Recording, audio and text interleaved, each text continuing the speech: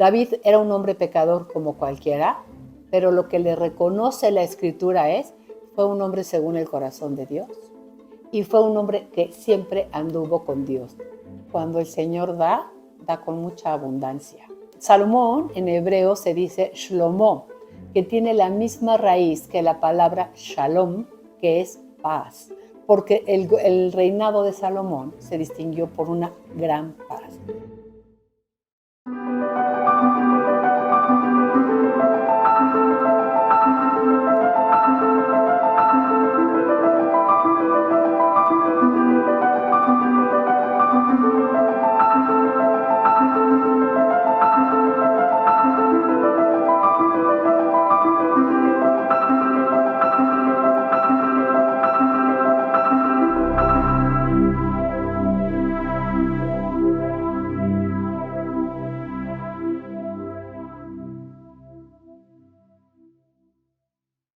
Queridos hermanos, les doy la bienvenida a la clase número 21 de nuestro curso La Historia de la Salvación. Vamos a continuar estudiando esta quinta etapa que lleva como título La monarquía en Israel. En el nombre del Padre, y del Hijo, y del Espíritu Santo. Amén. Padre nuestro que estás en el cielo, santificado sea tu nombre. Venga a nosotros tu reino. Hágase tu voluntad en la tierra como en el cielo. Danos hoy nuestro pan de cada día. Perdona nuestras ofensas como también nosotros perdonamos a los que nos ofenden. No nos dejes caer en la tentación y líbranos del mal. Dios te salve María, llena eres de gracia, el Señor es contigo. Bendita eres entre todas las mujeres y bendito es el fruto de tu vientre Jesús. Santa María, Madre de Dios, ruega por nosotros pecadores, ahora y en la hora de nuestra muerte. Amén. Gloria al Padre, al Hijo y al Espíritu Santo, como era en un principio, ahora y siempre, por los siglos de los siglos. Oh Espíritu Santo, don de Dios y fuerza de lo alto, fuente de agua brotante de vida eterna, desciende y mora en nuestros corazones. Haznos verdaderos adoradores del Padre, condúcenos a la plenitud de la verdad y transfórmanos en testigos de Jesús para llevar su nombre hasta los confines de la tierra. Amén. Pues como les decía, vamos a continuar estudiando la quinta etapa de la historia de la salvación, que se titula La monarquía en Israel. Ya vimos todo el gobierno del primer rey, que fue Saúl, cómo fue considerado malo porque no fue un rey según el corazón de Dios. Luego vimos el reinado de David, que es básicamente, o podríamos decir propiamente, el fundador de la monarquía en Israel. Y una vez que va a morir David, lo va a suceder en el trono su hijo Salomón. Estamos hablando más o menos del año 970 al año 931 antes de Cristo. Y la historia de Salomón está en el primer libro de los Reyes, que empieza precisamente con la muerte del rey David y pues cosas normales de la historia que no por ser el pueblo de Dios están ausentes en la vida de Israel, como es un pleito por la sucesión. Les recuerdo que David tenía muchas esposas y por lo tanto tiene varios hijos. Y cada esposa considera que su primogénito pues tendría derecho a la sucesión del trono. Entonces vamos a ver cómo eso también pasó en la vida del rey David. Vamos a abrir nuestro primer libro de los Reyes en el capítulo 1, donde vemos que el rey David ya está anciano. Versículo 1 dice así: el rey David era ya anciano, entrado en años, y aunque lo cubrían con mantes, no entraba en calor. El caso es que le van a llevar por compañía a una mujer que se llama Abisag y es una sunamita. Ella va a reaparecer un poquito más adelante y vamos a retomar la narración en ese momento. Por lo pronto, vámonos a la sucesión del trono. Los hijos ven que David está muriendo y hay uno en especial que quiere ser el sucesor, que se llama Adonías. Dice nuestro capítulo 1, versículo 5, Adonías, hijo de Hagit, se jactaba diciendo que él sería el nuevo rey. La nota de la Biblia de Jerusalén al capítulo 1, versículo 5 dice: el rango y la edad de Adonías hacían de él el sucesor natural de David, si bien éste no lo había designado como tal. Por eso, Adonías se permitió intrigar y forzar las dudas de su padre. Es decir, él es el que va a empezar a pretender el trono aún en vida de su padre. Dice el versículo 7 que cada uno de los hijos que van a entrar en este debate por la sucesión del trono, que van a ser Adonías y Salomón, van a tener sus partidarios. Los partidarios de Adonías van a ser Joab, que era el jefe del ejército de David, y el sacerdote Abiatar. Por su parte, nos dice el versículo 8, que el sacerdote Sadoc, el profeta Natán y Semeí, un amigo del rey, y todos los valientes de David, no tomaron parte en favor de Adonías. Entonces ellos van a formar como un equipo aparte para apoyar la candidatura, por así decirlo, de Salomón. En el capítulo 1, versículo 11, dice la Biblia de Jerusalén que Natán y Betsabé se van a poner de acuerdo para como arrancar la confesión de labios de David, que está muriendo, sobre quién quiere él que sea su sucesor. Voy a leer el versículo 11. Natán, que es el profeta que ha acompañado a David, le dijo entonces a Betsabé, madre de Salomón: ¿no has oído que Adonías, hijo de Hagit, se ha erigido en rey sin que David nuestro señor lo sepa? Ve ahora mismo donde el rey, te daré un consejo para que pongas a salvo tu vida y la de tu hijo Salomón. Ve y cuando estés ante el rey David le dices: Rey mi señor, ¿no juraste a tu sierva que mi hijo Salomón sería quien reinaría después de ti y se sentaría en tu trono? Entonces, ¿por qué Adonías se ha erigido rey? Y mientras tú estés ahí hablando con el rey, entraré detrás de ti y corroboraré tus palabras. Y dicho y hecho, Betsabé va con el anciano rey David y en el versículo 18 le empieza a decir: resulta que Adonías, tu hijo, se ha erigido en rey sin saberlo tú, majestad, mi señor. Incluso hizo una fiesta. Ha sacrificado bueyes, vacas cebadas y ovejas en abundancia, y ha invitado a todos los hijos del rey, al sacerdote Abiatar y a Joab, jefe del ejército. Pero no invitó a tu siervo Salomón. Majestad, mi señor, todo Israel tiene sus ojos puestos en ti, esperando que les anuncies quién ocupará el trono del rey, mi señor, tras de él. Y sigue el relato diciendo que después entra Natán, corrobora todo lo que Betsabé le ha dicho al rey David, y entonces en el versículo 28 va a responder David diciendo: llamadme a Betsabé. Ella entró a presencia del rey, se quedó de pie ante él, y entonces el rey pronunció este juramento: por vida de Yahvé, que me ha librado de todo aprieto, te juré por Yahvé, Dios de Israel, que tu hijo Salomón reinaría después de mí y se sentaría sobre mi trono en mi lugar, pues así he de cumplirlo hoy mismo. Betsabé se inclinó rostro en tierra y postrada ante el rey le dijo: viva por siempre el rey David, mi señor. Y ahora Salomón va a ser, por instrucciones de David, consagrado rey. El rey David ordenó que llamaran a los partidarios de Salomón: sacerdote Sadoc, el profeta Natán y Benaías. Entraron en presencia del rey, quien les dijo: tomad con vosotros a los leales de vuestro señor. Y esto es un detalle lindo: montad a mi hijo Salomón en mi propia mula.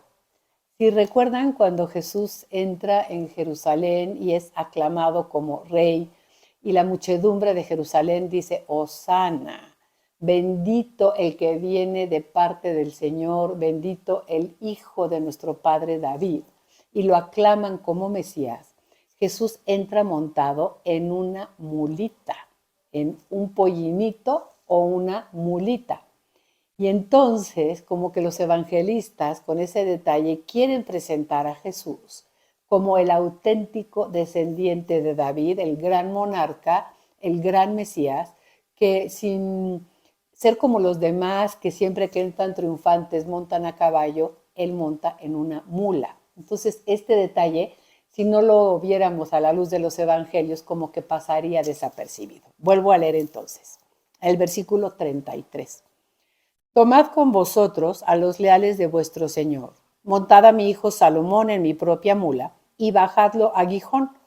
Y ahí el sacerdote Sadoc y el profeta Natán lo ungirán rey de Israel. Tocad entonces el cuerno y aclamad, viva el rey Salomón. Subiréis luego tras él, y cuando llegue se sentará en mi trono y reinará en mi lugar, pues he dispuesto que sea el príncipe designado de Israel y de Judá. Benaías, hijo de Joadá, respondió al rey, amén. Así lo disponga Yahvé, Dios del rey mi señor, que Yahvé esté con Salomón como lo estuvo con el rey mi señor, que exalte su trono más aún que el del rey David.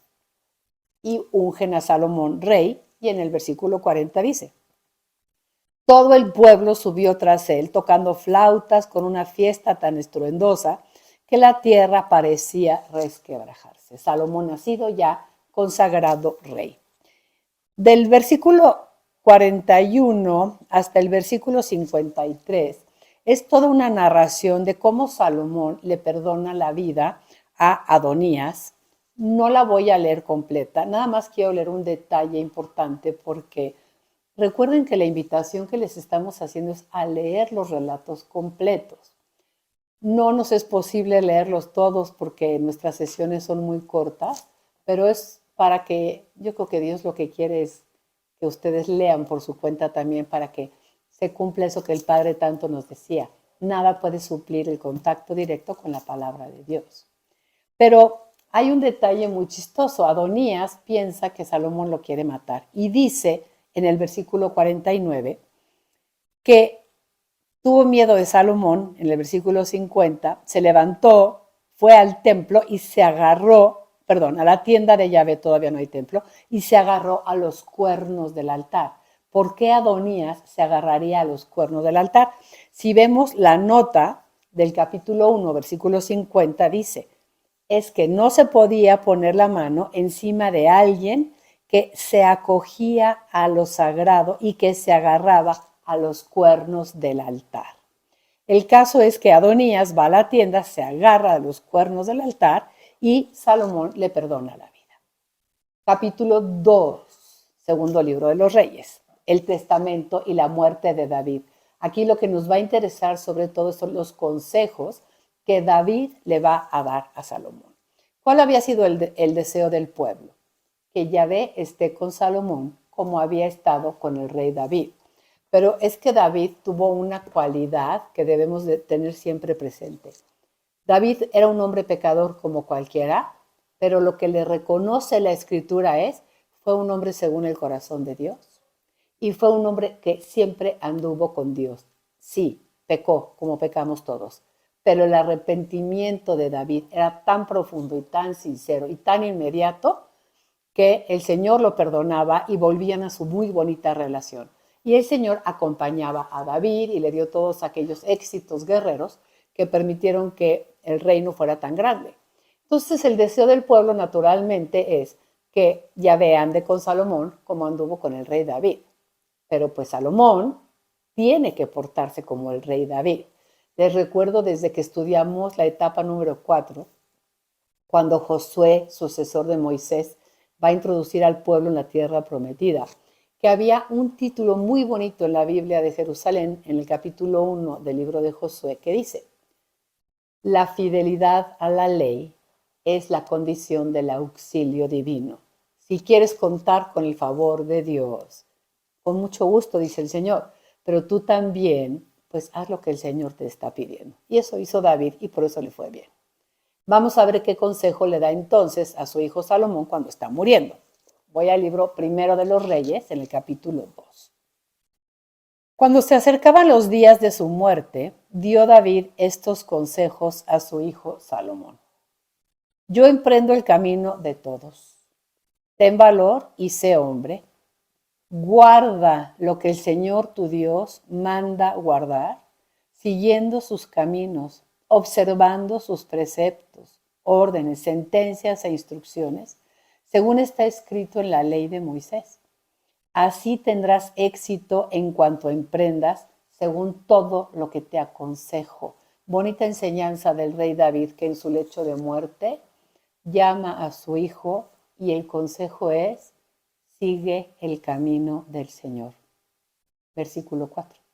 De ese modo, Yahvé cumplirá la promesa que hizo cuando dijo: si tus hijos guardan su senda, caminando fielmente en mi presencia, con todo su corazón y con toda su alma, no te faltará uno de los tuyos sobre el trono de Israel.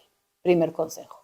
Y luego del versículo 5 al versículo 9 le da como instrucciones de qué hacer con los traidores. Las voy a omitir y me voy al versículo 10, que dice así: David reposó con sus antepasados, es decir, David murió, y lo sepultaron en la ciudad de David, que es Jerusalén. David reinó sobre Israel 40 años, 7 en Hebrón, ¿se acuerdan que nada más reinaba sobre la tribu de Judá? Y 33 en Jerusalén. Salomón ocupó el trono de David su padre y el reino quedó establecido sólidamente en su mano. Bueno, del versículo 13 en adelante se narran la muerte de Adonías, porque va a ir con Betsabé y le va a decir: por favor, intercede por mí, dile a Salomón que me dé a la tsunamita, aquella de la que hablábamos en el capítulo 1, que me la dé por mujer, aquella mujer que acompañó a mi padre. Y la nota de la Biblia de Jerusalén nos da la explicación de por qué esta petición le va a acarrear la muerte a Adonías. La nota del capítulo 2, versículo 22, dice así: poseer a una de las mujeres del rey, muerto o destituido, confiere un título a la sucesión. Es decir, como que lo haría legitimarse de alguna manera. Y entonces, pues Salomón se entera y lo van a matar. Y luego viene todo un relato de la suerte de los otros que habían intervenido en esta como complot de la sucesión, que fueron Abiatar, Joab, etc. Me interesa irme hasta el capítulo 3. David le dijo a Salomón: guarda los preceptos que nos dio el Señor. ¿Y cuál es el primer precepto de la ley? Si se van otra vez a Éxodo 20, a Deuteronomio 5, el primer precepto que Dios le da a su pueblo es: no tendrás otros dioses fuera de mí.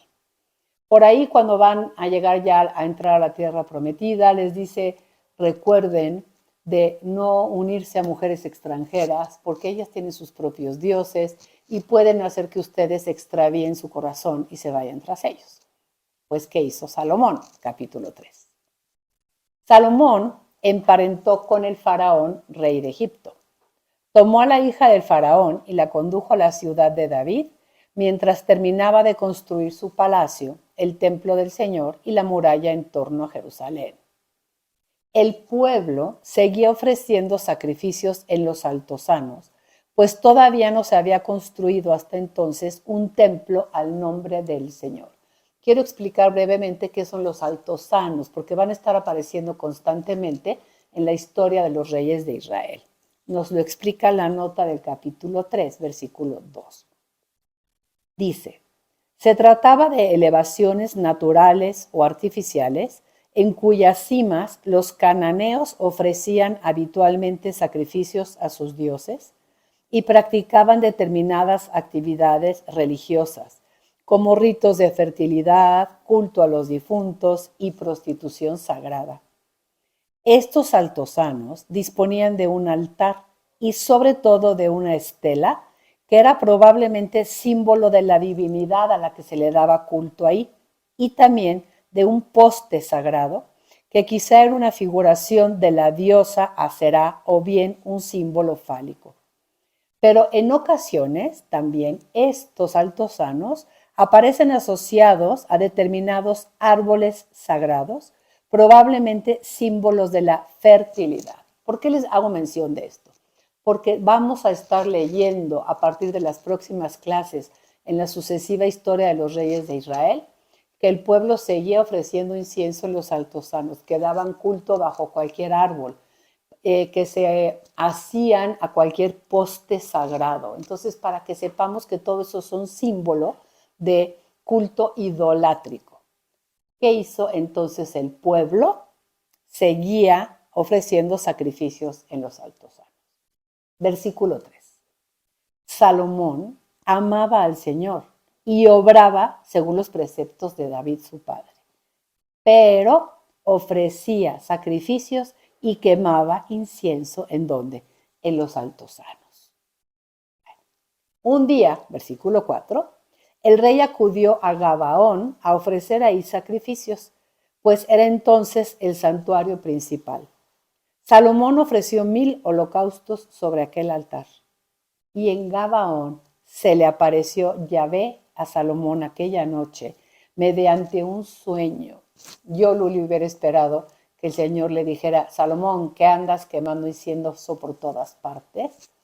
Y vean lo que le dice el Señor. Pídeme lo que crees que debo darte.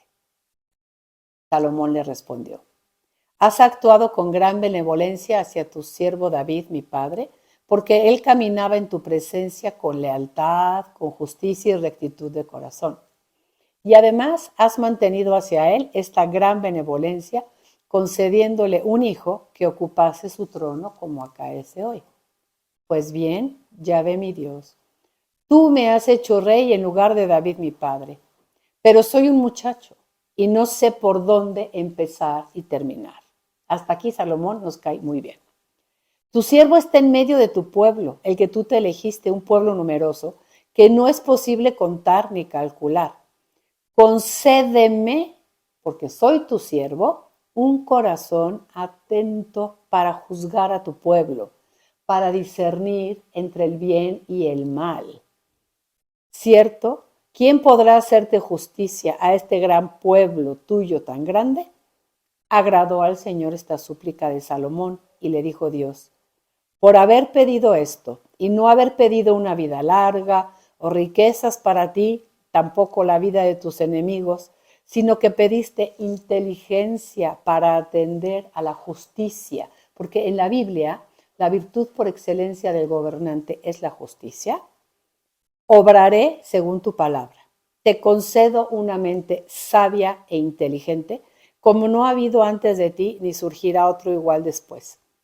Pero te concedo también todo lo que no me has pedido, riquezas y gloria mayores que las de ningún otro rey mientras vivas. Si caminas por mis sendas, guardando mis preceptos y mandamientos, como hizo David tu padre, prolongaré los días de tu vida. Muy bonita la petición de Salomón, más bonita todavía la respuesta del Señor, que hay que aprender eso de Dios en la Biblia. Cuando el Señor da, da con mucha abundancia. Viene luego un texto muy conocido de la mayoría de la gente, que es el juicio de Salomón sobre aquellas dos mujeres que estaban disputándose la maternidad de un bebé. Y le llevan al sabio Salomón el problema, están las dos mujeres y el bebé, y Salomón dice: muy bien, como las dos están peleando, no puedo saber quién es la verdadera madre, vamos a partir con la espada el niño en dos y le damos a cada quien una mitad. Y la verdadera madre salió y dijo: no, déselo a ella. Y con esa sabiduría Salomón juzga a su pueblo y evita la muerte del niñito y le da a la madre a su hijito. Es un episodio muy conocido de Salomón. Pero estamos en la historia. Entonces queremos ver qué hizo Salomón después de que Dios le pide: sigue por mis caminos. En el capítulo 4 empieza a hablarnos de cómo organiza Salomón su reino. Salomón en hebreo se dice Shlomo, que tiene la misma raíz que la palabra shalom, que es paz. ¿Por qué lo decimos? Porque el reinado de Salomón se distinguió por una gran paz. Leo el versículo 4, capítulo 4, versículo 1, que dice así: el rey Salomón reinaba sobre todo Israel. En el versículo 7 nos enseña cómo organizó su reino. Tenía 12 gobernadores al frente de todo Israel que proveían al rey y a la casa real Un mes al año recaía la responsabilidad de proveer para Salomón y su casa real el suministro que necesitaban. Y el capítulo 5 habla de todo lo que le tenían que dar a Salomón, que son unas cantidades impresionantes, pero pensemos que el palacio de Salomón, con toda su corte, con todo su ejército, pues costaba mucho mantenerlo. Pero ¿quién estaba manteniendo toda esa vida de lujos o de guerra del rey? El pueblo de Dios. En el capítulo 5 leemos esto. Salomón regía todos los reinos. Pagaron tributo y estuvieron sometidos a Salomón durante todo el tiempo de su vida. Mientras vivió Salomón, Judá e Israel vivieron en tranquilidad, cada cual bajo su parra y su higuera, desde Dan en el norte hasta Beersheba en el sur. Salomón disponía de establos para 4,000 caballos de tiro y 12,000 caballos de montar. Dios concedió a Salomón sabiduría e inteligencia extraordinarias y una mente abierta como la playa a orillas del mar. Más adelante en el versículo 11 dice que su nombre se hizo famoso entre todos los países vecinos. Y una notita, compuso 3,000 proverbios y por eso el libro de los proverbios se le atribuye a Salomón como a David, se le atribuye el componer los salmos. Versículo 14. De todos los pueblos venían a escuchar la sabiduría de Salomón, trayendo presentes de parte de todos los reyes de la tierra que habían tenido noticias de su sabiduría. Del capítulo 5, versículo 15 en adelante, se nos narra la intención de Salomón de construir el templo. Voy a leer en el capítulo 6 una pequeña nota que dice que la construcción del templo tardó 7 años y probablemente terminó de construirse por ahí del año 960 a.C. Leo la cronología del capítulo 6. El año 480 de la salida de los israelitas de la tierra de Egipto, el año cuarto del reinado de Salomón en Israel, en el segundo mes, Salomón construyó el templo de Yahvé. El templo que edificó el rey Salomón tenía 60 codos de largo, 20 de ancho y 25 de alto. Y empieza a describir todo el templo. Quiero leer la descripción del templo, mejor en la nota de la Biblia de Jerusalén, capítulo 6, versículo 2a, que dice así. El templo o la casa de Yahvé era un edificio alargado con 3 piezas sucesivas. El Ulam, que es el vestíbulo, el Jekal, más tarde llamado el Santo, que es la gran sala de culto, y el Debir, que es la cámara del fondo, que es la parte más sagrada del santuario, al que se llamará el Santo de los Santos y donde se colocará el arca de la alianza y a donde nadie podrá entrar más que el sumo sacerdote una vez al año, el día del Yom Kippur. Y viene toda la construcción del templo, capítulo 6, capítulo 7, con todas las partes y el mobiliario del templo. Y leo en el capítulo 8, cuando se traslada el arca al templo. Capítulo 8. Salomón congregó a los ancianos de Israel en Jerusalén para hacer subir el arca de la alianza de Yahvé desde la ciudad de David, que es Sión. Versículo 5. El rey Salomón y todo Israel sacrificaron ante el arca ovejas y bueyes en número incalculable e incontable. Los sacerdotes llevaron el arca de la alianza de Yahvé al santuario del templo, el santo de los santos, a su propio lugar, situado bajo las alas de los querubines. Versículo 9. En el arca no había nada más que las 2 tablas de piedra que Moisés depositó ahí en el Horeb, las tablas de la alianza. Y a partir del versículo 10 leemos cómo Dios toma posesión de su templo, dice el versículo 10. Cuando los sacerdotes salieron del santuario, pues la nube, como en el Éxodo, había llenado el templo de Yahvé, los sacerdotes no pudieron permanecer ahí ante la nube para completar el servicio, porque la gloria de Yahvé llenaba el templo de Yahvé. Entonces Salomón dijo, Yahvé puso el sol en los cielos, pero ha decidido habitar en densa nube. He querido erigirte una morada principesca, un lugar donde habites para siempre. Y da todo un discurso al pueblo y hace una oración a Dios a partir del versículo 22, de la cual quiero leer un poquito.